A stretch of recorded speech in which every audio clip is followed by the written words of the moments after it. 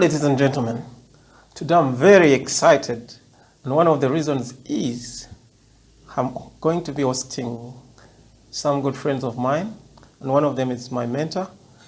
Yeah, these guys are my good friends, and they are knowledgeable.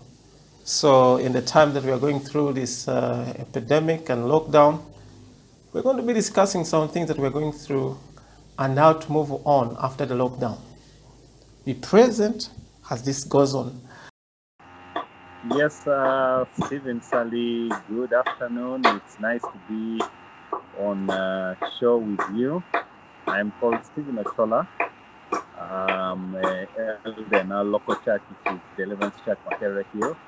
I am also an architect, a professional architect. I practice architecture in Kampala City. I also am a businessman as well. I run a number of businesses in the city, and I'm passionate about God's work and what the Lord is doing amongst the young generation. And I work a lot with young people, and I'm also interested in technology and seeing what the new trends that keep coming on the scene as far as technology is concerned. Yes, so that is about what I can say on my as an introduction for now. Thank you, Stephen. Thank you, Mr. Chola. Yes, Stephen Sully, glad to be here, having a Skype with you and Elder Stephen Ochola. Happy to be here with you guys. I'm called Abel Asimwe Bimbona, better known as Msomesa, an educationist. And but along the way, as you know, the world that keeps changing. You keep picking here one other career, and you find yourself doing so many other things: administration, town clerkship, employment services, an expert in the development issues, passionate working with young people, and trying to train them and position them for the end time. I'm also a chairperson for the Men of Valor in Deliverance Church, Kira, my local church. Yeah, I think for now that can do as an introduction. Thank you. Thank you, Mr. Abel. Hello, Mr. Ochola. Good to have you on this show. I've known you for keeping trends with technology, and you're somebody who has been inspiring me for some time because I worked with you and I was blessed to work with you. Yeah, so I'm going to be asking something that is not very far. Given the situation or the current affairs, the current situation we are going through, it is, I think, very important for a layperson to know what is technology. Technology is anything that man invents so as to simplify his life in all aspects. So I was saying that today, because of what has been happening, we seem to think that technology is only to do with the cyber, digital, the internet, computers, and etc. But computers are just another form of technology. Cars themselves are a form of technology.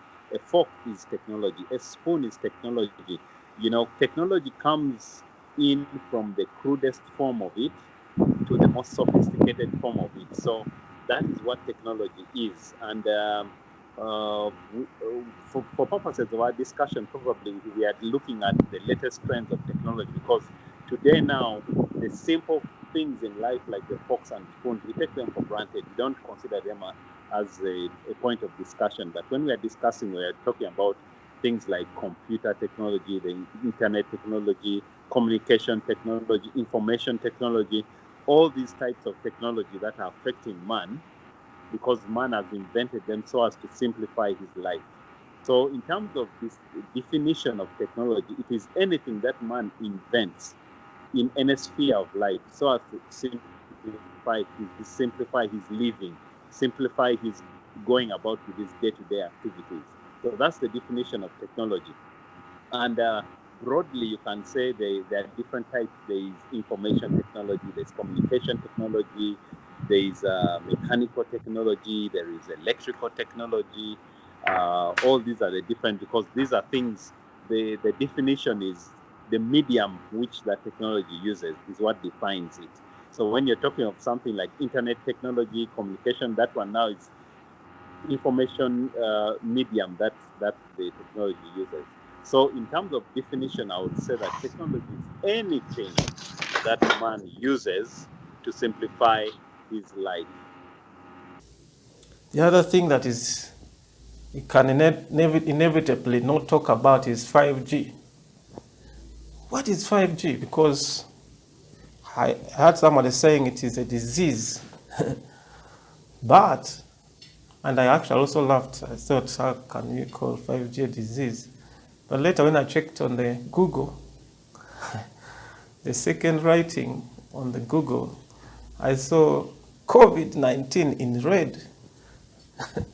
So I realized the man wasn't so far from it. So what is 5G? 5G.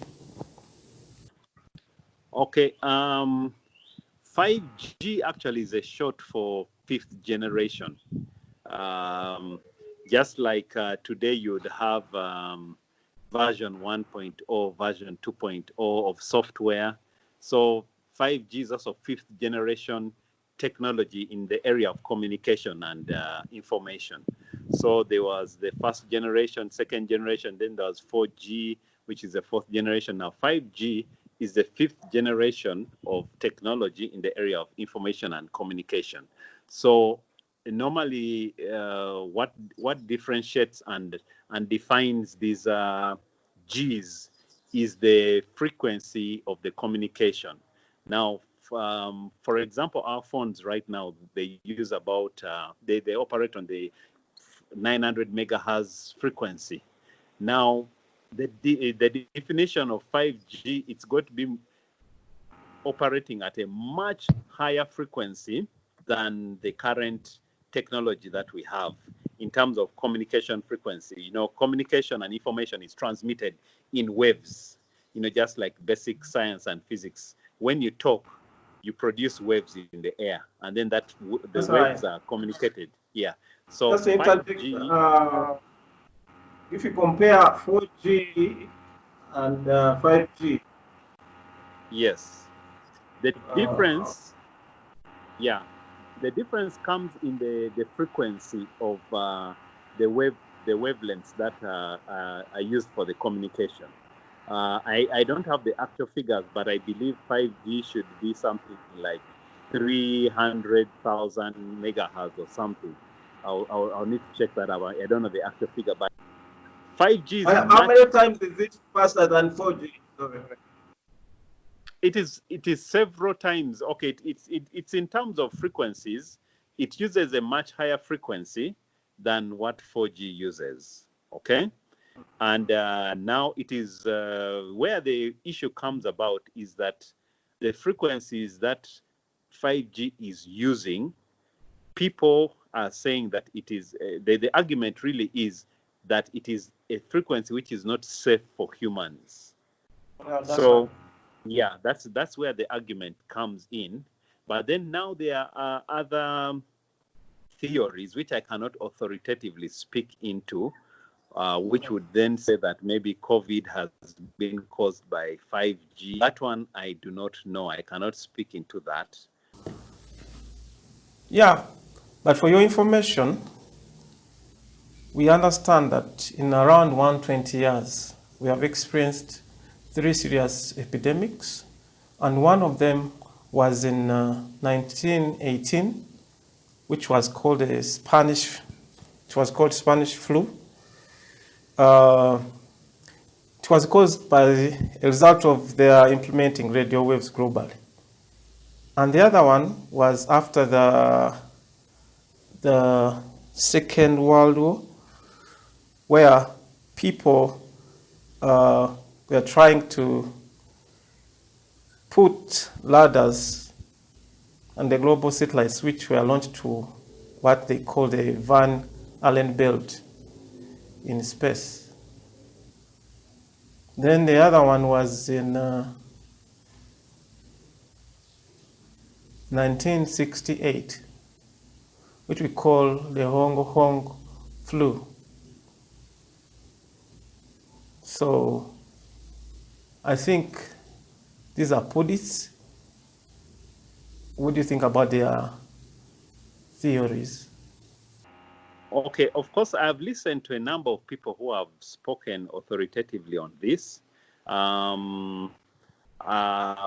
Like, for example, they say Wuhan, which is in China, where the COVID disease originated, had just switched on their 5G network, meaning that they had rolled it out earlier, but they had now just commissioned it to start work, the 5G. So it's around about that same time, that's when now the COVID struck. But when you read widely and read a little bit more, you find that there are so many theories or what people call conspiracies around COVID that you fail to know which one is the truth. Because I know of, again, other people who are saying that COVID is actually was manufactured in the lab and it is not a true virus. So now that is also another line which you see as also plausible, because there is a lot of evidence on that. Even the people who say now 5G COVID is caused by 5G, they also have a lot of evidence.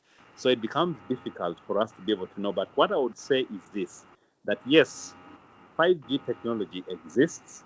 It is a new level of technology which man is exploring to use.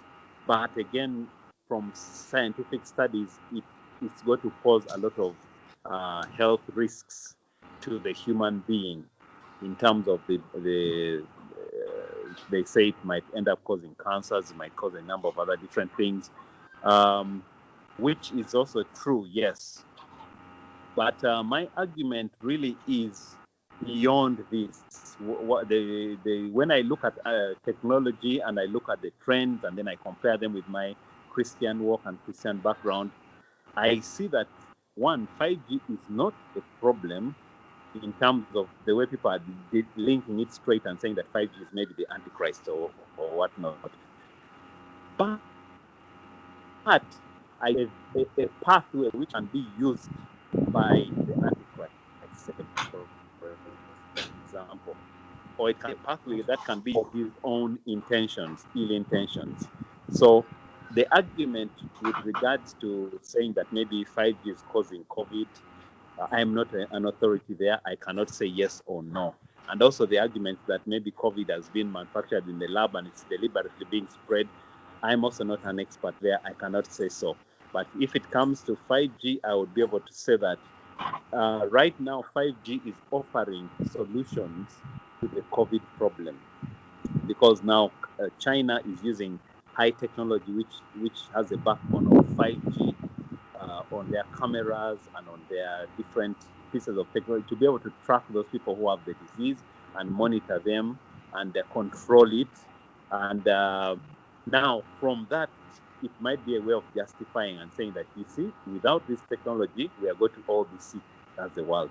And then the world will end up embracing this technology. And then that is where it all comes in. And that's the part I want to maybe discuss a little bit more. And the other thing is that people believe that some of these people put up the 5G knowing the side effects that would come, because when they are doing some of these things, new discoveries and all they want to do, they do some research. But this time they knew, somebody said that they knew the side effects, but they didn't care, because all they care about is their businesses. And now, as a result, that's why we have COVID. That is something we are yet to know whether it's true. Yeah, so thank you so much. I've really listened to Stephen Ochola so much, and I must appreciate the way in which he's handling the topic. And I don't think I'm going to differ so much from him. Technology is good for all of us, really. I mean, just check what we are doing right now. We're having a discussion in the confines of our homes. I mean, technology in itself, really, if you look at it in the brighter side, it is very, very, very useful. It is very important that we advance technologically. And I mean, we cannot go away from it, really. And I want to think that it is one way in which man can be able to subdue the world and be able to control it. Correct. And be able to be more productive and to be able to multiply and grow. So I want to think that we should look at technology in that sense. Of course, you know, with the coming of COVID-19, so many conspiracy theories have come in. And indeed, like it is, there are theories which are yet to be proved whether they are true or not. Correct. Now, like Stephen said, I'm also not an authority there. I'm a victim also of hearing those conspiracy theories. I've been bombarded by them. But of course, as somebody who is interested in knowing and having knowledge, because they say knowledge is power, you want to hear, you listen, you pick up what is true and what is not true. Secondly, of course, technology, good as it is, it has got its downside. Correct. It has got its own downside, it's got its own negative side by people who would like to use it the wrong way.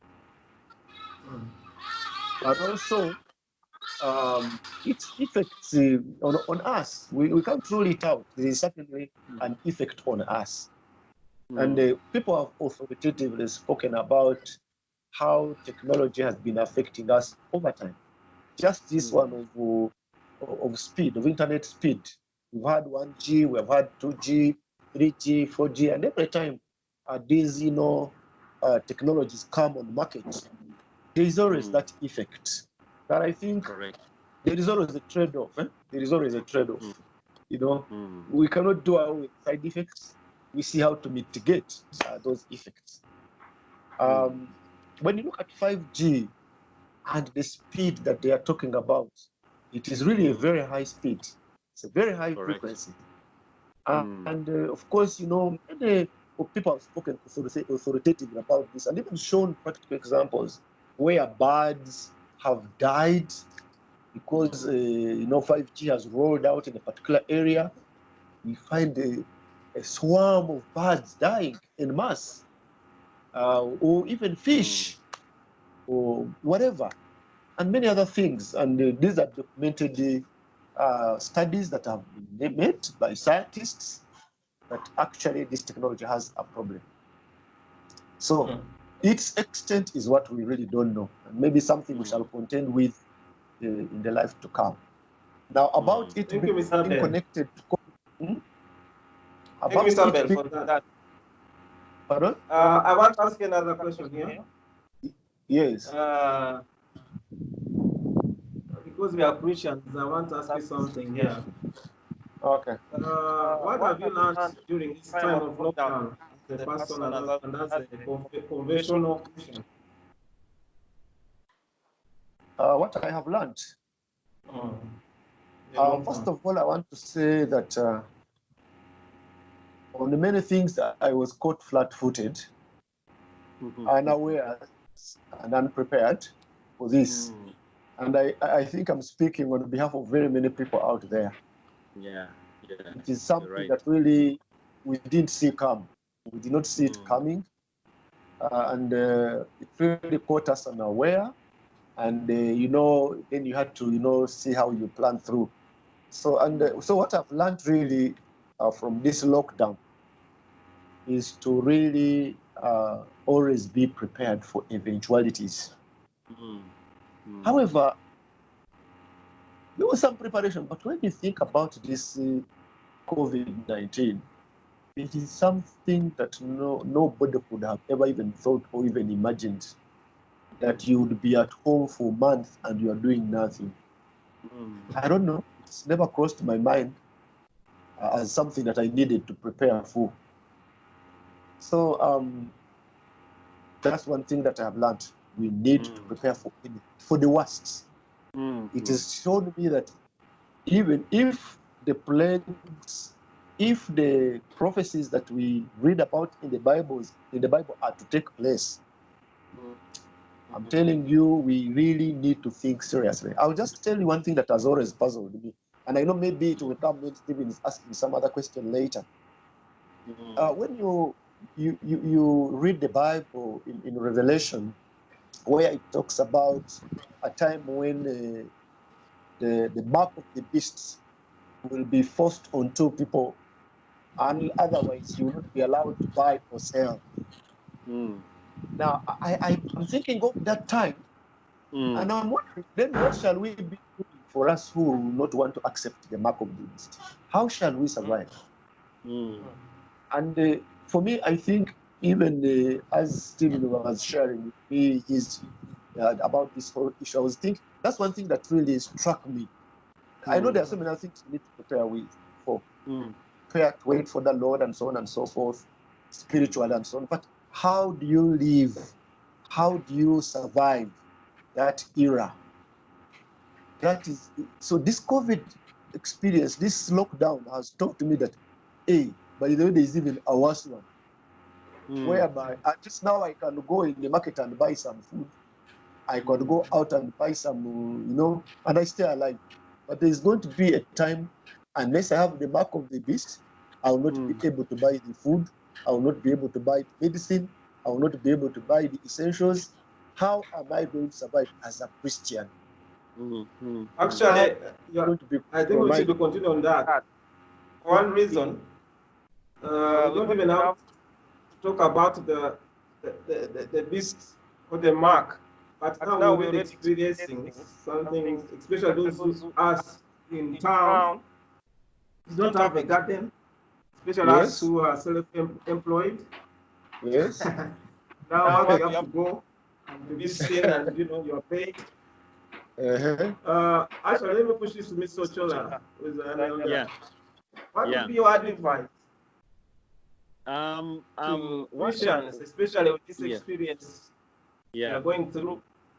You are in a house, and all you have is a house. You don't have a backyard for where you can put anything. And now we don't even know when the lockdown will go out.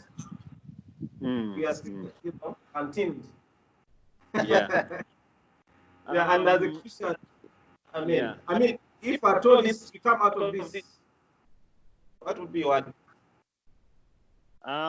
Thank you very much, Stephen. Again, what I would like to follow up on the line which Abel has started on, and I think it is really key what he's saying, especially considering we were not all ready for this lockdown. No one saw it coming. During the lockdown, I was saying that, but why didn't we think that this disease, which was in China, why didn't we think that it could easily reach us and we start getting ready? But somehow we always think, no, that is China. It is that way. But the way, and no one was ready. No one was ready. But no one. Now, looking at it in hindsight, now I am seeing this is the kind of time, like Abel was talking. When you don't have the mark of the beast, it's going to be like a lockdown to you at that time, because you will not be able to buy anything, you'll not be able to sell anything, you'll not be able to go anywhere, because with that mark, you cannot even go to the airport.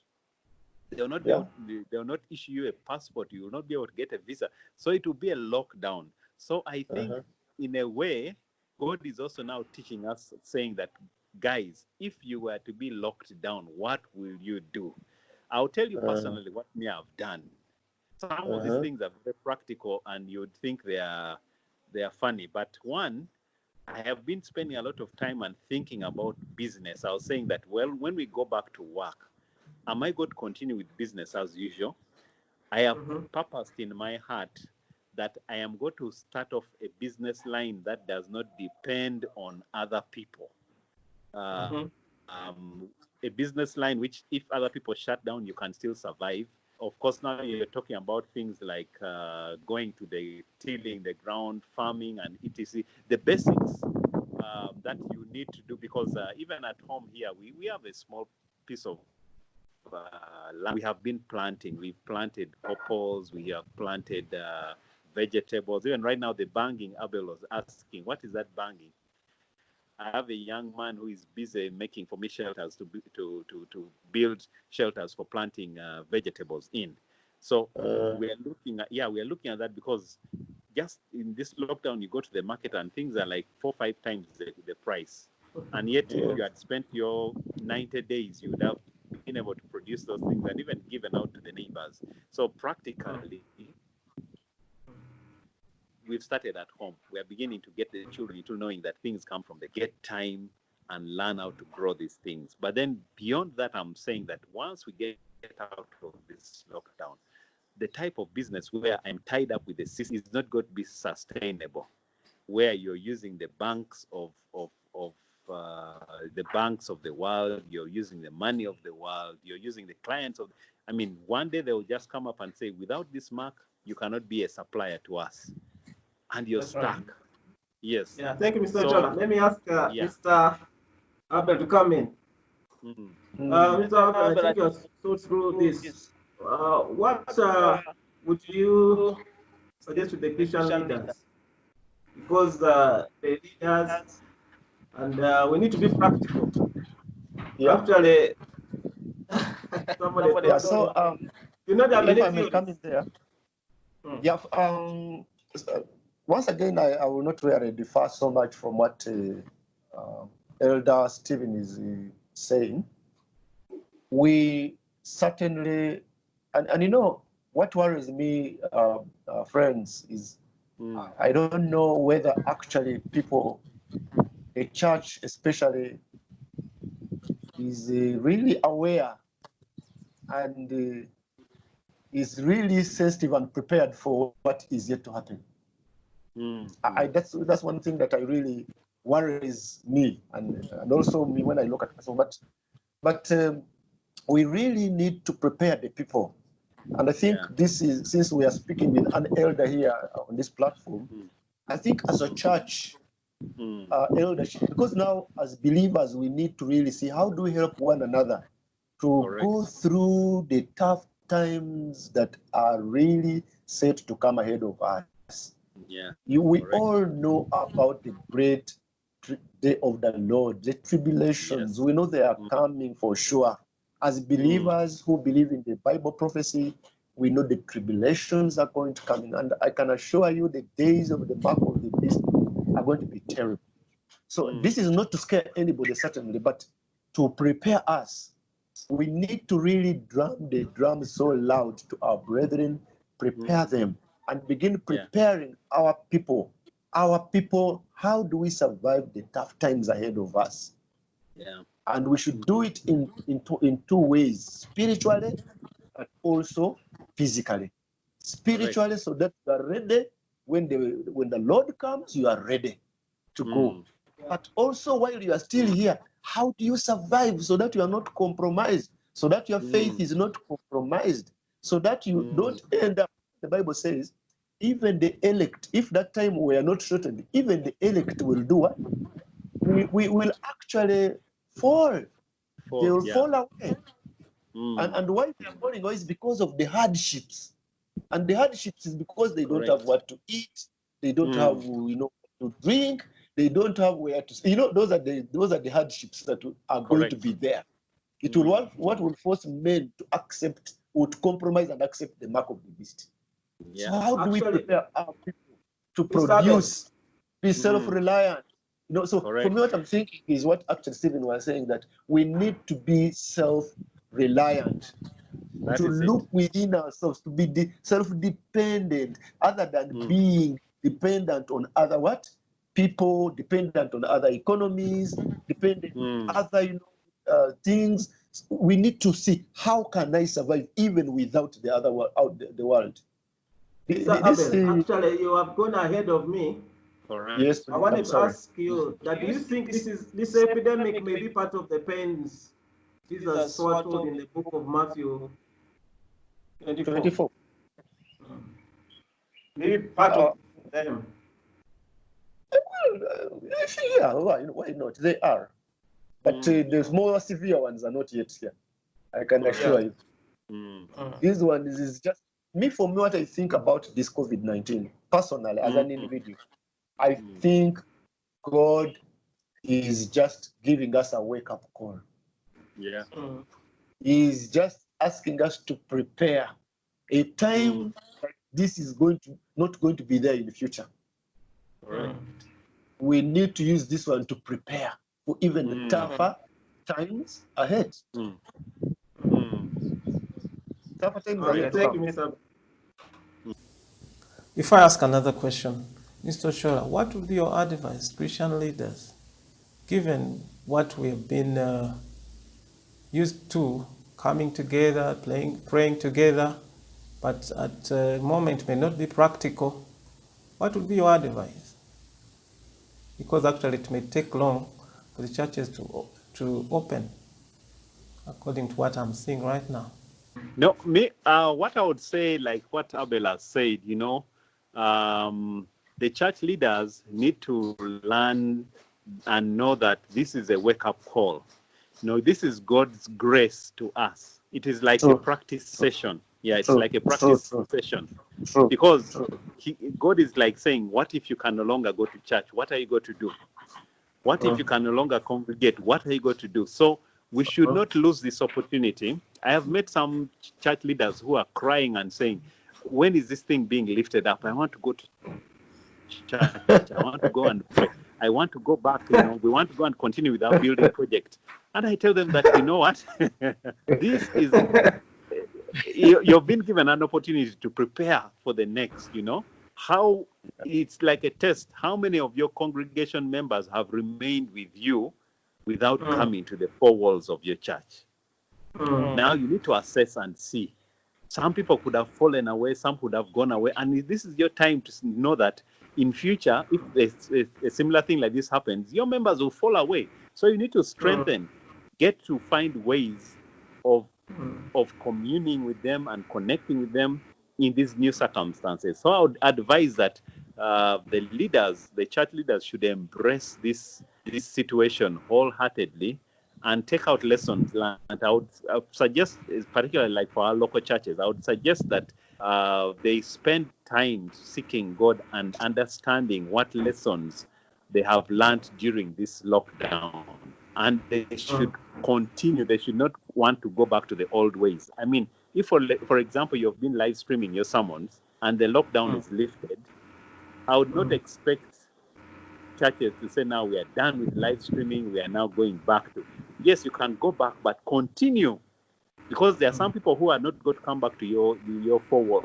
They'll say, no, now I can attend church and go to my class. Apart from that, there will be, when we open churches, still people don't want to be where many people are. Attend online, rush to me. Yes, so we need to take advantage of that and say, yes, we've been in practice. It has to come to the forefront. And I think, like us as a local church, next week we're beginning. We normally have the first week of the new month, and we are beginning a series of how to start re-engaging as a congregation, particularly in the area of business post-COVID. So we are looking at now, how are we going to start doing business again after this? Are we going to go back? We've learned lessons. So how are we going to change to suit these lessons that we have learned? So I think the biggest call I would say to church leaders, beyond just our local churches, is that do not take this as an error in God's plan. No, this is a wake-up call. This is a practice session. Pick up the lessons and go run with them. Ms. Abel, another question here. How can believers sieve their news? Because it's like there are some people who have a lot of time on themselves. They sit back at home and then start coining stories. One example I can give you is of China, Zambia, where I read on social media that Chinese taking some departments from the government of Zambia because of failure of paying their debt. And when I went deeper to research, I realized actually it was because in Zambia there are around 200 Chinese. So the government thought, you know how Chinese are, that just not to say that, sometimes if a black person comes and arrests a Chinese or a white person or something like that, they may call it racism. So they wanted to involve them. But then somebody came up with a story that China was going to take up some departments of Zambia. So that's a coined story. But apart from that, there are many things. I've also seen some video on social media where they made the Pope say certain things, which I'm sure he didn't say. And they used actually his voice, his technology to do that. The other part was I saw also on the Church of Vatican, not that I'm a Catholic, but I saw something on the Church of the Vatican, a demon on the Church of Vatican, and they were saying it was happening at that time. But yet I'd seen that video like 4 years ago, but someone was saying it was happening there as people were dying in Italy. Yeah. What would be your advice to Christians instead of us spreading, people being part of those who spread wrong news? Yeah, if I may say something before Elder Stephen comes in. Now, you see, you mentioned something earlier about Zambia and depending so much on the loans from China. Well, some people may exaggerate some of the things and maybe blow them out of proportions and so on. However, I want you to know that as Africa or as developing countries, we need to be self-sufficient. We need to be independent in its true sense, because the matter of fact is that the world is going to wake up when China has taken up most of these economies. And that is a fact of life. So that one, we should not run away from it. Indeed, Zambia, for your information, is one of the 5 most indebted countries to China in the world. I don't know whether you knew that. This is a fact which I have authoritatively. And I can assure you Zambia is up for grabs by China. And those are the intentions of China. We shall not shy away from that. And I think as Africans and as the developing nations, we need to wake up on that one. Right. That's another wake-up call. This thing has really woken us up. Okay, so I wanted to correct that. 2, falsehood is not good. We should not be peddling falsehood. If you don't have clear facts about something, don't peddle it. Don't, begin, sending it to on WhatsApp groups as if it is, something that you have researched on and it is truth. That would be really wrong. It is like gossip. It's like you are really spreading gossip. You don't have any truth about it. But things where we have facts over, we should be able to talk about them. 5G has problems it is going to cause to us in terms of our health. There is no doubt about it. 5G is good. It is very fast, but it has its bad side also if you misuse it. And by the way, after post-COVID, you are going to see very many online scams than ever before. Especially when 5G comes on board. It is going to be very fast. People are going to come up with getting money. So we need to be aware of that. That as we use the technology, let's use it very carefully. Let us not spread rumors. Let us not talk about things which you have no truth and facts about. But those that we know, we should talk about them. And we should find a solution for them. On a national level, or even on an African continent level, we should rise up as a continent to be dependent. And as a church, you raised something about church. How can church help?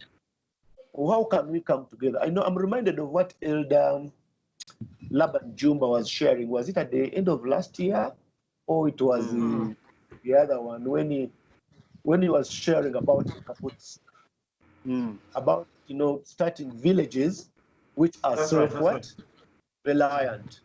Correct. I've been thinking a lot about it, by the way. Maybe it's the time. Yeah. It's the time to think about these things. Correct. As a church, as believers, can we come up with such, initiatives where people have got big chunks of land, where church can buy a big chunk of land, and we begin putting up our villages, put up our homes as believers, and we begin trading within ourselves. I liked what Stephen was saying about the backyard gardening. Backyard gardening, to be self-reliant in food, even vegetables, greens, herbs. Indigenous knowledge. We come up with, indigenous knowledge.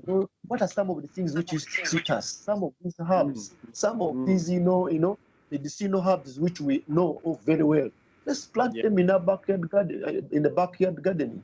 Vegetables which you can grow in your backyard. If you've got an acre of land or some part of an acre of piece of land, put it to great use.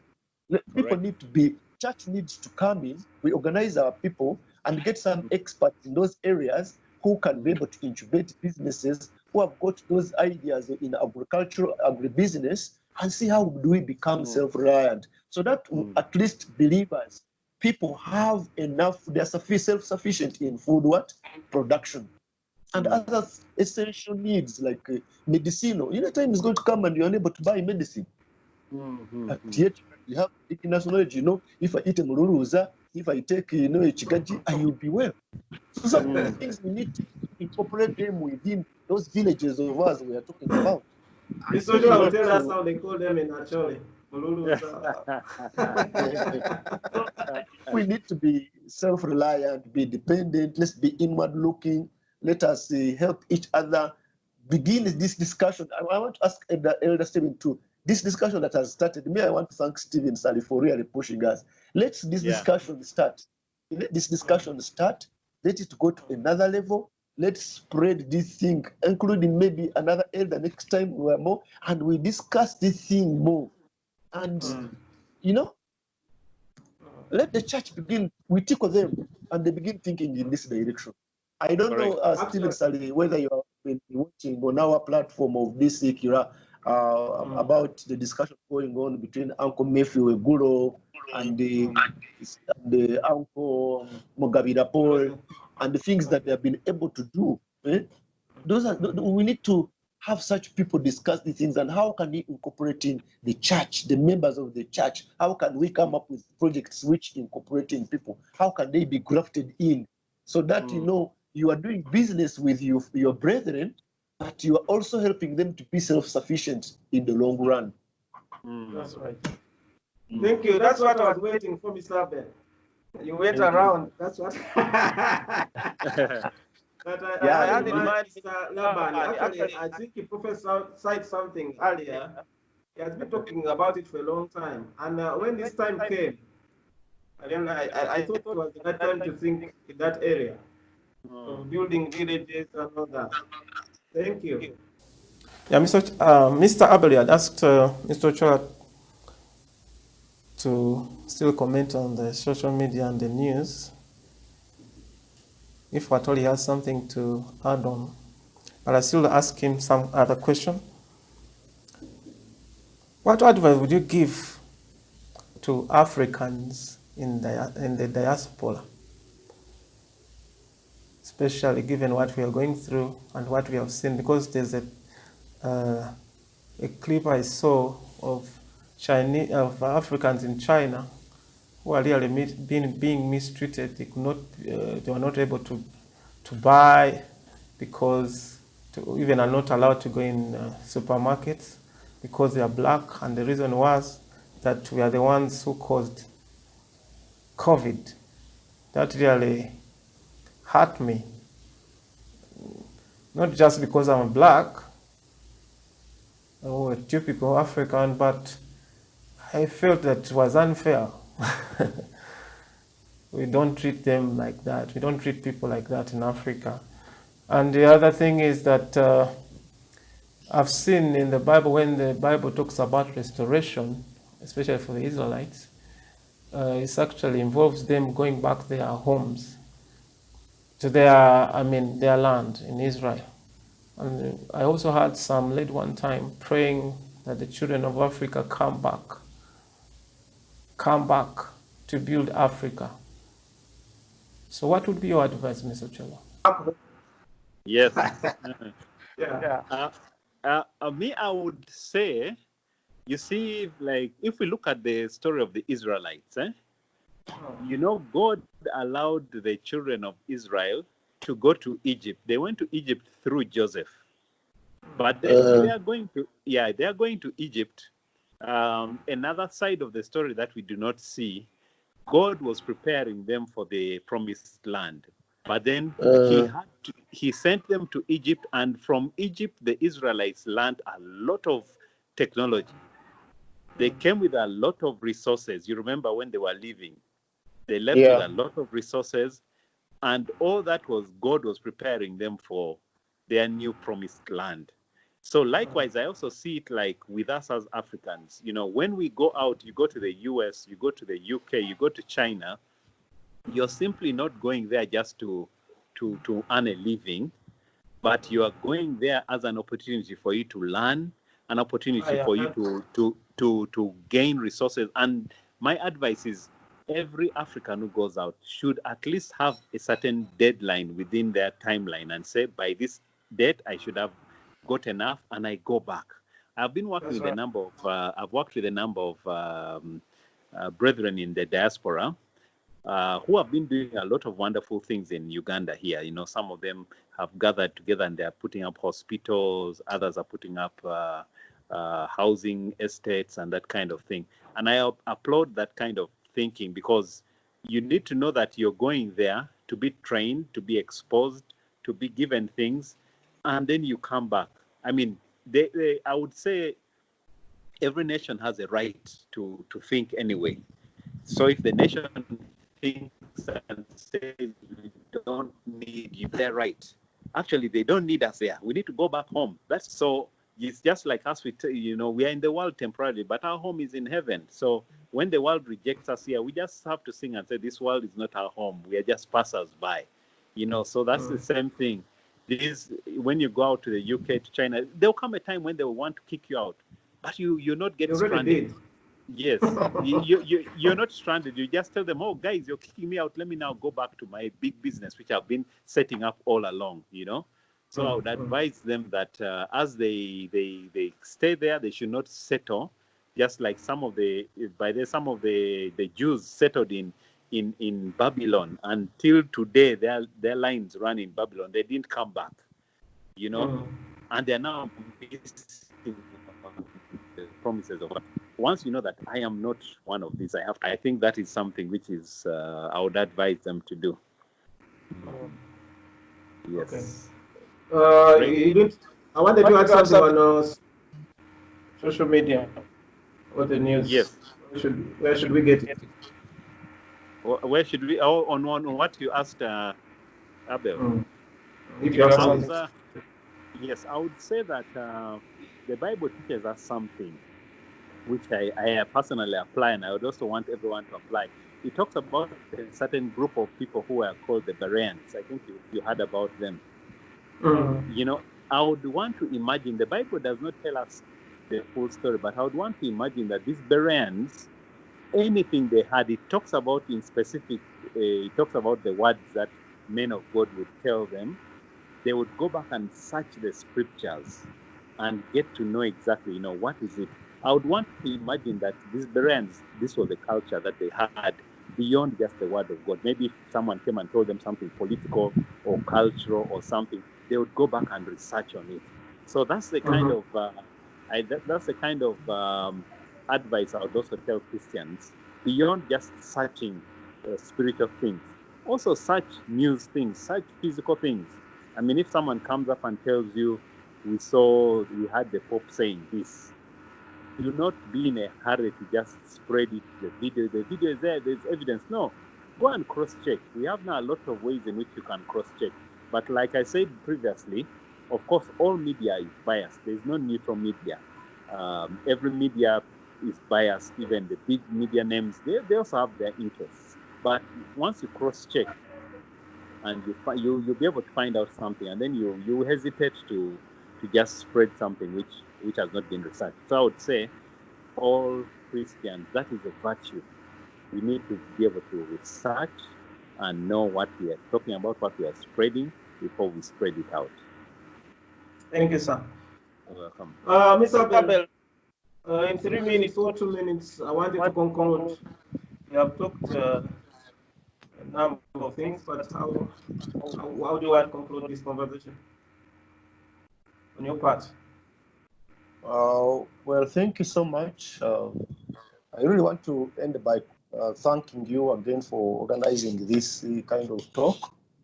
And I would like to say, let this be the beginning of a journey, of a discussion, to bring as many people on board to discuss this, because it's a very important topic.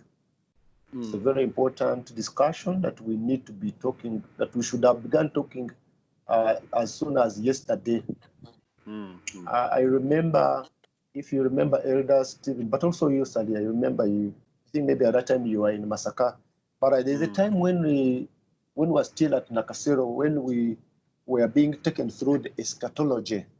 Yes. We used to do a lot of study in that area, where we studied about the things of the end times, the tribulations, and we had a wonderful, kind of Bible exposition by the likes of Dr. Clement, Laban Jumba, and many of these of our elders.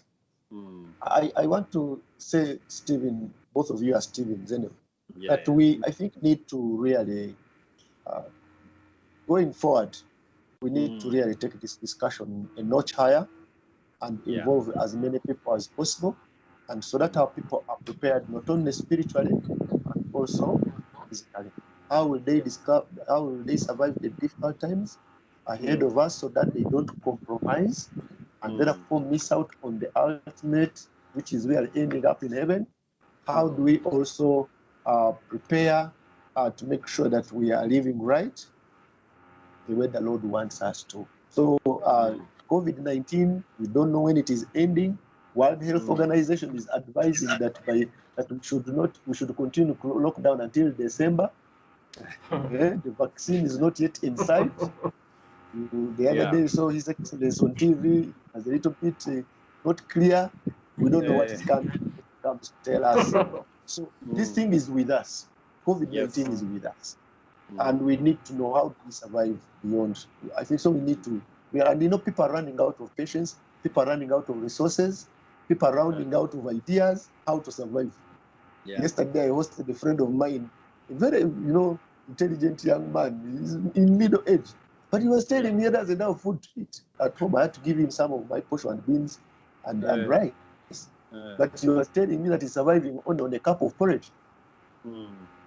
So we need to really, I think, engage, take this discussion further, and then we see how we help one another spiritually and physically. Thank you.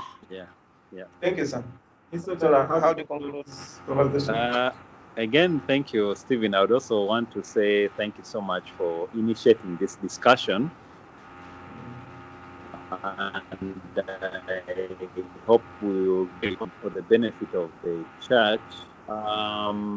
I would say, in addition, we've touched a little bit just on technology, but there's another aspect which I'd wanted to speak about, which we don't have time to speak on right now, which is related to what Abel said, end times, what is coming up in the future. I believe in my heart that technology is going to be a very big tool that is going to usher in the end times. And it's going to be a very big tool that is going to be used by the powers that be to implement the end times decisions. So I would say that at a later date we need to really discuss that in detail and be able to, as we now start preparing the church. Today has been really an introduction, and I really do appreciate it so much. Thank you so much. Thank you so much, gentlemen, for your time. I'm going to also use this opportunity as someone who has been in media and graphics in church for some time. I want to ask you, pastor or elder, to check out with your media team and find out what kind of software do they use. Is it an active one, or you have a paid version? Do you have a paid version? If not that, you may need to start paying for your version, especially the Adobe, because most churches use Adobe. It should be Adobe Premiere, Adobe After Effects, Photoshop. If you're not paying for it, you better check out, because the worldly guys are paying for it, and you, the lights, if you're not paying, then you're using an act one, except if somebody paid it for you. This has been on my heart for some time. The Lord has been telling me to pay. For one reason, if we are the light to the world, then we have to do the right things. So if at all you're not paying monthly, because like for Photoshop and Lightroom, you have to pay $20 per month. And for the other Adobe Premiere, if you do any videos with Premiere, then you have to pay like $149 for the whole set. So if you happen not to be paying monthly or annually, then you need to check out, because it's time we make our house, ready. Recently, one of our overseers told us, I know it's written in the Bible and I've read it, but he came out and said, Jesus Christ is coming for a wrinkleless, spotless church. If that is going to happen, then we need to be clean and we need to plan right now. We need to start doing it right now. It's some question I'm posing that you need to check out with your media team. If not that, pay them. But if you can't afford to pay and you need the work to go on, there are some free versions of editing softwares. There is Resolve DaVinci. There's a paid version and the free version. The free version does much more than you can think. And then for it, when you pay once, like $300, and you'll carry on. For Photoshop, if you can't pay, you can use GAMP. I know you need some time to learn it, but you can do some things. And there are some others which you can pay once, and they do the same job, though I've forgotten in the area of Photoshop. And then for Lightroom, use Sony Image, It's Sony Imaging Edge, something like that. Yeah. And low therapy. Right. I felt that we need to do something as a church. Anyway, thank you so much.